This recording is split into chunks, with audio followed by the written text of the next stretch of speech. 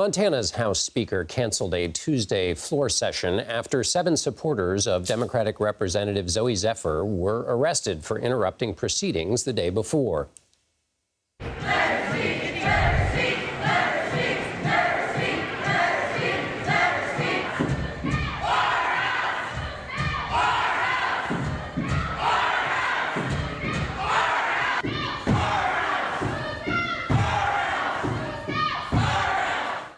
Last week, Zephyr, who is transgender, was debating a bill that would ban medical care for those under 18 who wish to transition, when she said Republican lawmakers would have blood on their hands if the bill passed. Republicans objected, and when Zephyr asked to talk about another bill affecting transgender rights, the speaker refused, saying he was worried she wouldn't maintain decorum. And joining me now is Montana State Representative Zooey Zephyr. She is a first-term Democrat from Missoula. Representative Zephyr, your comment about Republican lawmakers having blood on their hands, what did you mean? You know, when I stand up and speak on a bill like that, I speak in defense of my community, and I speak with real-world experience on what kind of harm these bills bring.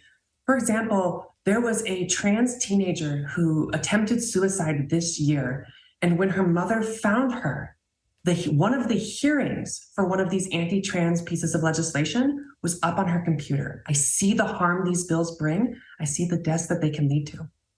So your argument is essentially that the legislation creates the conditions for oppression of that community.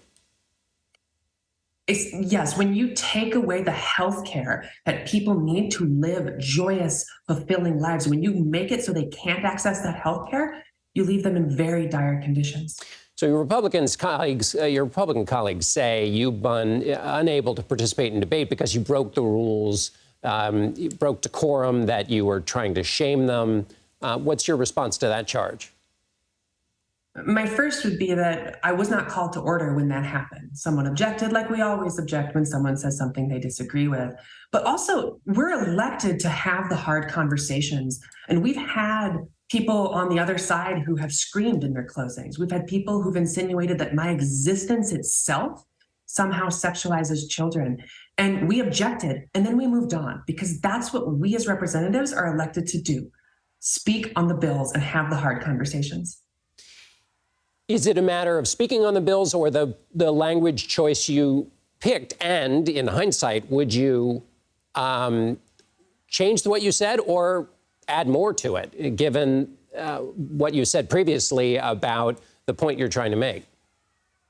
I think that you get to the point of it's fuzzy when it comes to decorum. When the speaker doesn't necessarily disagree, he grants more lenience in language used. When he disagrees, he doesn't.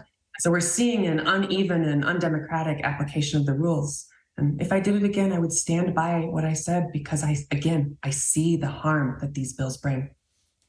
How does this get resolved, do you think? And how do you continue to represent your constituents and your community if you're not able to talk?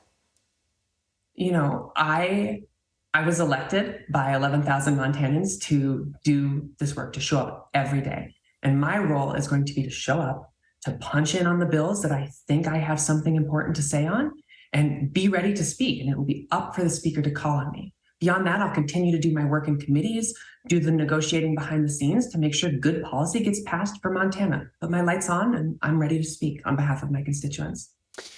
People have drawn comparisons, and I wonder if you see them as well, with the similar demonstrations that took place in Tennessee, where 3 Democratic state lawmakers were targeted for protesting gun violence on the House floor. Same questions of decorum were brought up. 2 of them were expelled. Do you see connections, and have you had any communication with any of those lawmakers? No doubt there are connections. And I think what we're seeing is that when marginalized communities who are impacted the most by legislation, rise up and speak to the harm, whether it's me on speaking on trans issues, whether it's young Black men rising up and speaking about gun violence. Those folks in power, particularly on the far right, do not want to be held accountable for the real harm that these bills bring. And so, yeah, there's comparisons, and it's very concerning. Montana State Representative Zooey Zephyr, thank you. Thank you for having me.